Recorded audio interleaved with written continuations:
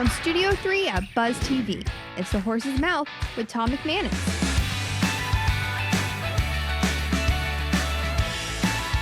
All right, welcome into The Horse's Mouth here at Tommy Max at my bar, and brought to you by our good friends at Foodies Care. It's Biz Champions time, so Major Harding is here, and we got a great panel for you. We're going to talk about a new social network for professionals, maybe a little logistics along the way as well. Talk a little franchising and figuring out how to make it into a billion-dollar empire like a certain one did here in town, and we're going to wrap it all up in a nice, beautiful bow right here on the show. So let's start off and welcome in the panel. Lisa Gufford's here first. How are you, Lisa? Great. Welcome. You've got the new Professional Social Network. Absolutely. A new venture for you. It is. And this is your Max Sgouridis. Nope. Sgouridis, yes. Thank you for being here. Thank You're you the for investor having me. in the venture. Yes. But you guys have you done things before, or is this your first venture together? No, this is actually the first venture, but I used to have still have an office in our building. So. Okay, beautiful. All right, Lisa, tell us all about it. First of all, tell us a little bit about your background. How did you get to this point? So I'm a networker. Okay. I am a partner in a company called Executive Suite Professionals. So we're an executive business center downtown. Okay. Been there for 14 years, in the industry for about 28. Okay. And where I help small businesses, doctors, lawyers, engineers, CPAs, so all this community of professionals coming together. Okay. And where Professional Social Network is, I'm big on LinkedIn, big on LinkedIn. Yep. And it just turned into a platform of games and ads and algorithms and self-caricatures and self-promoting and cussing and politics. And Right. I wasn't getting anything out of it. Okay.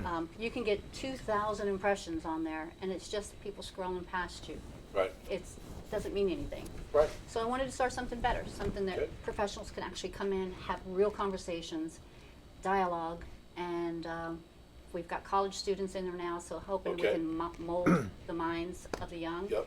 Opportunity exchange room where people can upload their jobs if they have something come Okay. open. People can It's an upload their opportunity resumes zone type thing. at no charge. Yeah. It is a Yeah. membership, Okay.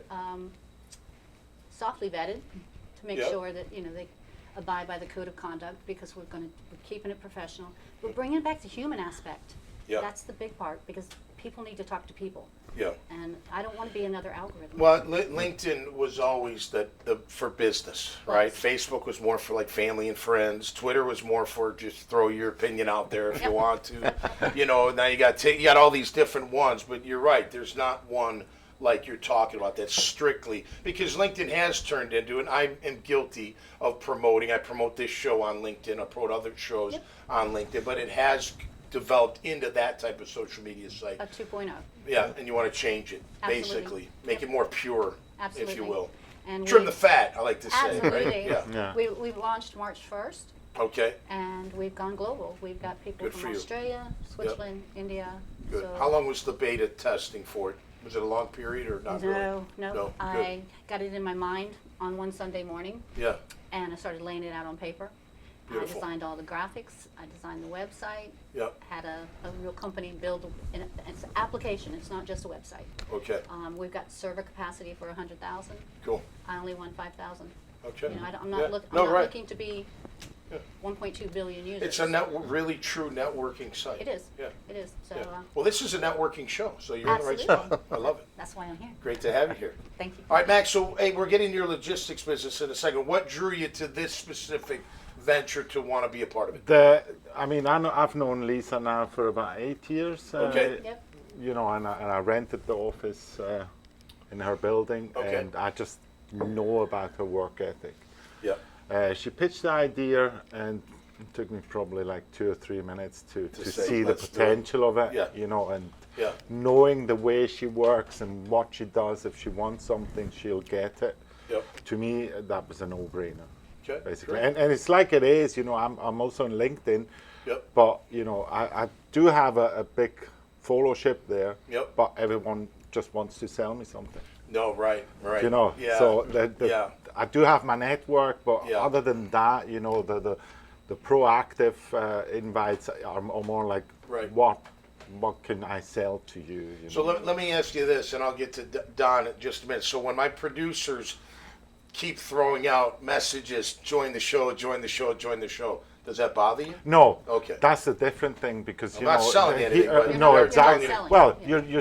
you're not selling. You're Ish. giving an opportunity Yeah. as well. Yeah. That is the thing, you know. Okay. But I've got so many sellers of I know, I get it. software, Yeah. of, No, right, you yeah. know, like. And when you don't answer them, they keep going back and back, and you're like, exactly, and Yeah. you've got electricians, you know, offering you, you Yeah. know, to do the I got this box paper guy in China. He Aha, keeps sending. I'm exactly. like, I don't need Exactly. boxes. Yeah. I just So- don't need them. So Well, good luck. that's why when I heard that idea, I was completely drawn Cool. in, and I thought, no, this is. All right, real quick, tell us about Rast Transport. And Rast Logistics. Transport is a company that's in the U.S. and it started in Switzerland. Okay. I have my company over in Switzerland that does Europe. Okay. And here in the States, you know, I came over 8 years ago to replicate what Okay. I had in Europe. So far, you know, there's quite a few bumps with the fuel price, with the, Sure. you know, changing structures and Yep. changing regulations that always come in. But we give it the best What are you moving shot. for the most part?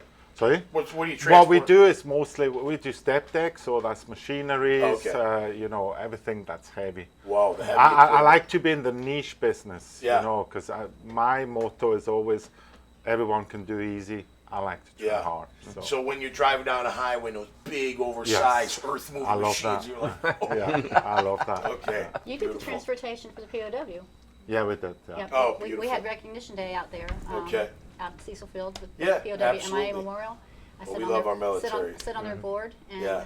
he did all the We did. transportation for the big tanks from That's the Marines. fantastic. It was really cool. That's great. Great to have you guys on the show. Thank you. Same, Absolutely. thank you. All right, Don. How are you, my man? Don I'm doing Fox. fantastic. Good to see you. I'll say hi to my man, Mage. How are you, Major? I'm good, Tom. Good to see you. Good to All see right, you've been retired, what, 3 years 3 now? years, Since yeah. the sale of Firehouse Subs. You were with them for what, 20? About 20 years 20 altogether, years. 19 at the point we sold, and stayed on about 15, 16 months after Yep. the sale, and then decided that was a good natural time Absolutely. to transition out. So It's been great. enjoyed it. And then you're consulting as well. You're writing books, I see. You're doing a Yes, little I, bit of I everything. did this was great. Did a history on a Firehouse, firehouse. yep. So and it has a very general audience, donating all the royalty to the Firehouse Subs Public Safety Foundation. Cool. Which is probably the greatest thing that's come out of the business. Yeah. The foundation's foundation. donated over $103 million now. That's crazy. For life-saving equipment. So they Yeah. fulfill all the grants that come in, and Yeah. so it's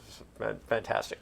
So give me I don't, you probably can't, it would take too long, but give me a tip or two. I was talking to you off air about franchise people I know. They're trying to get it off the ground. Some have already have. Any tips in the beginning? What Yeah, would you say?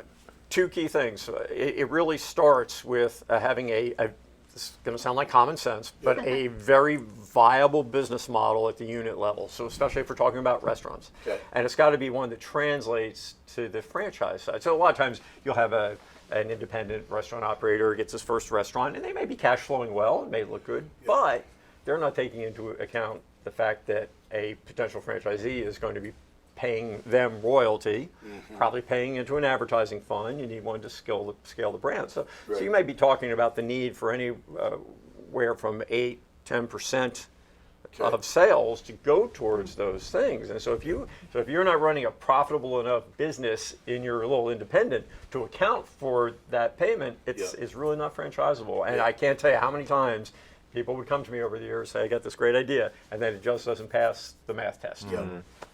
I often ask people, like, how do you duplicate that have multiple locations? How do you duplicate? They always say the people, right? The management, Yeah. right? But is that, it seems so easy, like, oh, you get some people, but you got to get the right people. It's got to get the right people. That's the biggest variable. So at Firehouse, we were always very discerning in who came in. So up until the point that I retired, I was involved in every interview for every franchise candidate that came in. The founders, Robin Sorensen, Chris Sorensen, Stephen Jost was a partner.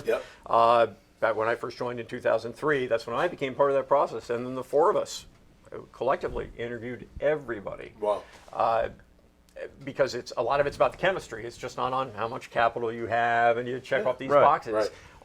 Because the restaurant business, it's a hospitality operator business, and you better love people. You better love your employees and the team you put together, because that's Well, that's one thing that always set Firehouse aside for me was the customer service. the welcome to Firehouse when you Yeah. walk in the door. Yep. Just, the people check in on your, hey, was your sandwich good? Was your meal good? Yep. So they just had another level of customer service. Yep. Yeah, which is huge. Yeah, it's In huge. any restaurant, you go to a restaurant, the service is bad. You're like, Goes back to the people, though. It's Don getting- said, I'm coming back. It's getting worse. It's getting worse. It's getting worse. That's why you find your spots and you just I know. rotate them It around. can be more challenging. Think about a brand, but it can be done at scale. So I always use Chick-fil-A as an example. Yeah, yeah. All right, yeah. so they define hospitality in the quick service restaurant category. I mean, think about when you get to the point where if you say 2 words, you know who I'm talking about. And all I have to say is, my pleasure. Right. Yeah. And you immediately, even though they're not even the ones who sort of tokenized that for the business. It was Yeah. Rich Carlton who was famous for using that in their greetings, and Truett Cathy, the founder of Chick-fil-A, basically took it from there. Not as a gimmick, Yeah. they genuinely believe it. But it can be done. Yeah. Clearly. Tell us about the second book. The fourth Oh, well, Harvard yeah, Division. actually, the Firehouse book is my 5th book, but the 4 that preceded it were all military history. Oh, wow. World War II. Wow. So I Okay. published my first one. My specialty is the 4th Armored Division, which was Okay. in the campaign in 1944 and 45 in Northwest Europe, and met veterans of that division in the late 90s. Okay. And that's what inspired me to write the history, and my subsequent works have all been on that. This will be interesting. So my father was prisoner of World War II. He was a Okay. B-24 bomber pilot. Right? Yep.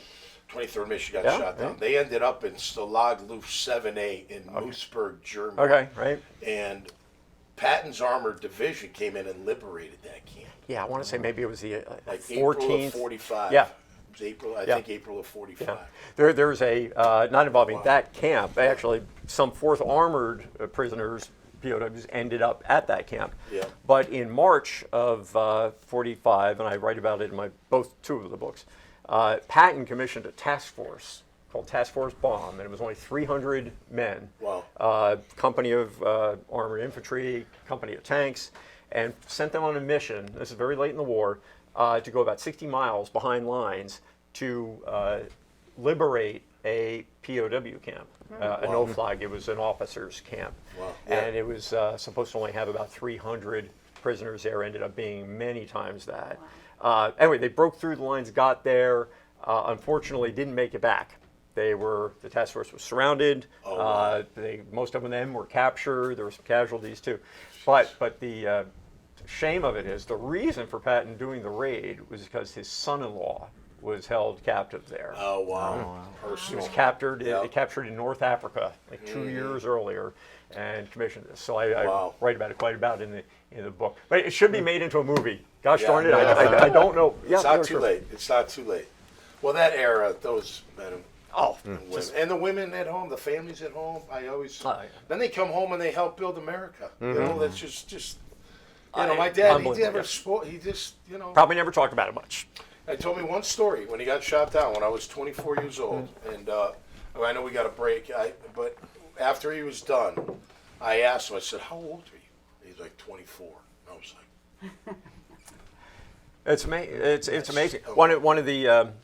One of the key veterans that I met back in '99, he retired as a brigadier general. When I met him, he was 84 years old. Wow. He was 27 years old when he commanded a tank battalion in the division. wow. So commanding Yeah. about 900 That's men, unbelievable. 54 tanks. Yeah. Unbelievable the responsibility that Yeah. they had. Well, God bless the military, right? Absolutely. Yeah, Past, Absolutely. present, the future. All right. Thank you all, and good luck with everything. Thank you. Thanks for Thank being you. here and sharing your story. Always a great time.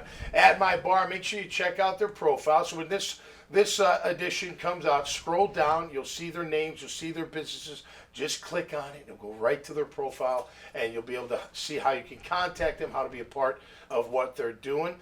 You can find that at the dailynewsnetwork.com website. That's where all our shows and all these great conversations are housed at. So until next time, y'all stay safe out there and y'all be cool. We'll see you right here on The Horse's Mouth. Cheers.